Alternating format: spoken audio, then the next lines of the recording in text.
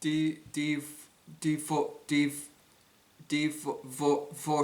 devotional love. Knowing what our spiritual gifts are is an amazing thing. We get to impact other people with a supernatural ability given to us by God's Spirit. We get to be the hands and feet of Jesus in someone's life. We get to serve, encourage, teach, and pastor our fellow Christ followers. But it is all for nothing if we don't have love. The all-familiar chapter of 1 Corinthians chapter 13 describes a perfect picture of love. It says that love is patient, kind, not envious, not boastful, and not proud.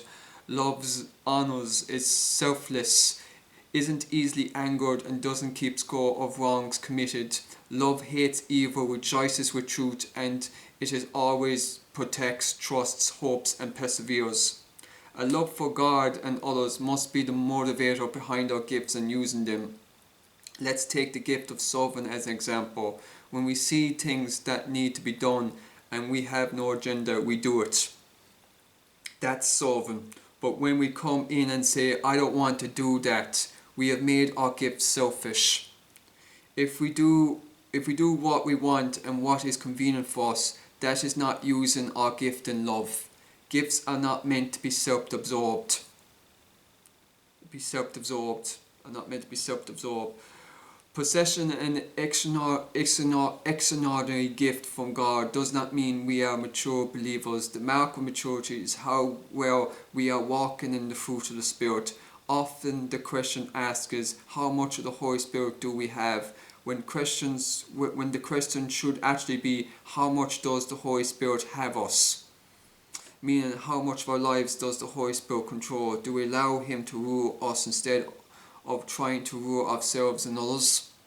Learning about our spiritual gifts and how to use them to impact people is a lifelong pursuit. There will be times in lives where our day just hasn't gone as well we've hoped, yet someone is still needing us to build them up with our gift. So we do it. That's not fake. That is simply choosing to do what God has called us to do, despite our fluctuating feelings.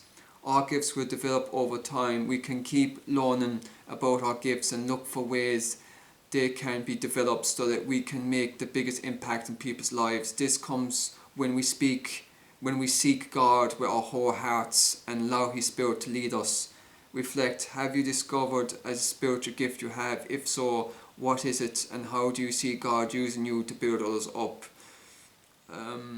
I have the gift to take the initiative to help people to stability of self-sacrifice. They're willing to do whatever it takes to help someone else, and to do it out of pure love. The ability to understand and to forgive and to put others before myself and the needs of others before me, and to put God's will ahead of my own will. As you finish this plan, look for ways to use your gift. Listen to podcasts, reading books, talk to your church leaders about ways to get involved and serve in your community at different non-profits are some great beginnings.